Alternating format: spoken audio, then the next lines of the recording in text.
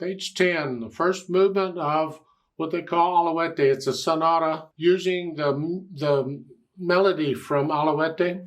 And this is just the first movement of it, but it gives you an idea of sonata form. A little bit about sonata. This is a sonatina, it says, which is just a small sonata. But we're talking about sonata form. And you'll see it in here at the beginning above the stab, you see exposition. That's part of the form. At the top of page 11, you see development. That's another part of the form. And then at the third line down, you see recapitulation. And then there's a little codetta or coda, whatever, at the bottom. The exposition, development, and recapitulation, that's a sonata form. Where first they expose or give you the melody, usually two melodies, but melody. And then they develop it, and they play around with the melody, do all kinds. That's where they use their creativity, do all kinds of things. And then in the recap, they come back to the original melody again, but usually a little different than at the beginning. Doesn't have to be. And then the coda is just the afterthought. They put a coda at the bottom of each of these pages. Normally, you wouldn't get a coda at the bottom of page 10. They wouldn't call that a coda, but they're calling it that. Okay, fine. It's an afterthought. It's just a little thing. Look it over. It's 2 pages long, although the repeat signs, it's actually twice as long as that because it's all repeated. But it's 2 pages of music to deal with. Treble, bass, clef, no sharps or flats in the key signature. This is in the key of C major. So do the scales and arpeggios for C major and A minor. And common timer, 4/4 time. Now, I need a fingering that lets me connect these notes here. And the fingering in the book works very well because you get in the second measure scale. That's how, if you're doing 2 octaves, you get that. You don't have to go that fast. Coming down, scale coming down. If you're practicing the scales, you got this. If you're not practicing the scales, you're going to struggle to get this. Second line, last measure, you have 2 voices. Hold the half note down and then come down here. And the last 2 measures of page 10 and 11 too for that matter, but the dotted quarter note, make that 16th note really short. And the left hand, you got broken chords. Okay. Then they go to put the hands together and go slow. And you can hesitate, it's okay.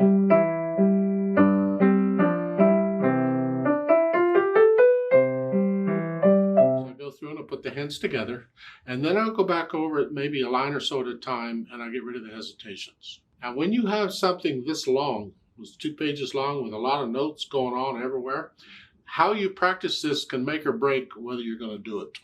It can mean success or failure. Like that first line here.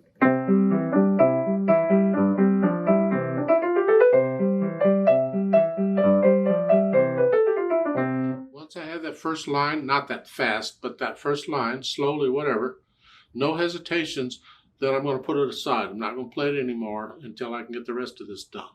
Don't keep playing the stuff you can play when there's other stuff in the piece you can't play. Work on the stuff you can't play, because otherwise you'll never get it learned, because you're wasting your time playing the stuff you can already play when you need to be working on the stuff you can't play. So do it that way. You'll learn a lot quicker and a lot better. I've heard people performing, the students. They'll start out great.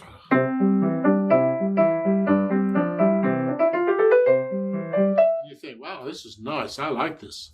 But then by the time they get over here around top of page 11 or middle of page 11 in there here, and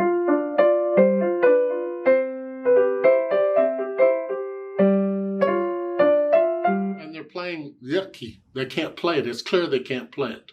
That's because when they practiced it, they always started at the beginning and tried to get through it, but they don't always get through it. They get stuck over here on page 10 someplace, and they never get to page 11. So page 10 gets a lot of practice, page 11 gets nothing. And they get worse and worse and worse as it goes through. And it's like, you know, they practiced it that way when that happens. Start out real good and gradually get worse as you go through. You practice that way. Don't. Once you can play that part, put it aside. Don't keep playing it. Once you can play page 10, put it aside. Focus only on page 11 until you can get page 11. Now, once I get rid of the hesitations, then I'll think about the articulation and these grace notes here. Connect this. And the grace note is just a quick note. That's all that is, just a quick note. And I play it with the left hand. Here. The left hand connect, it says legato, that means connect.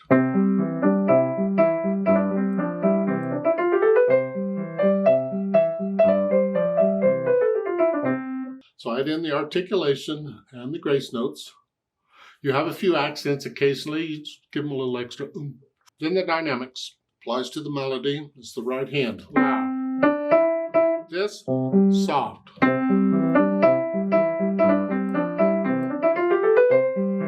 the end of the first line, you get that come down. Now you're soft. Go up. Third line, soft.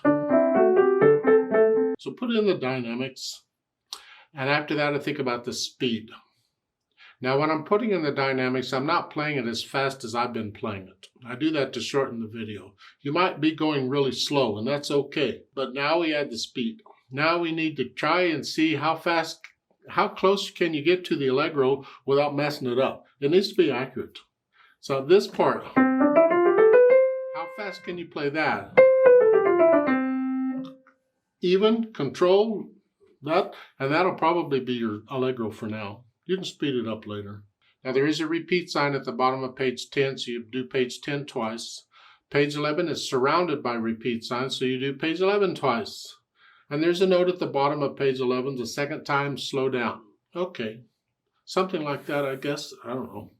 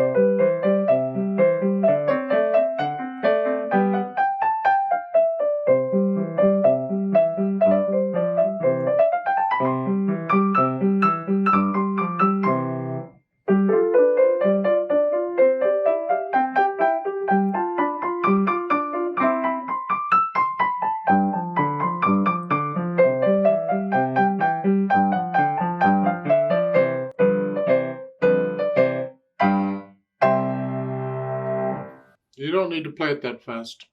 You can go there.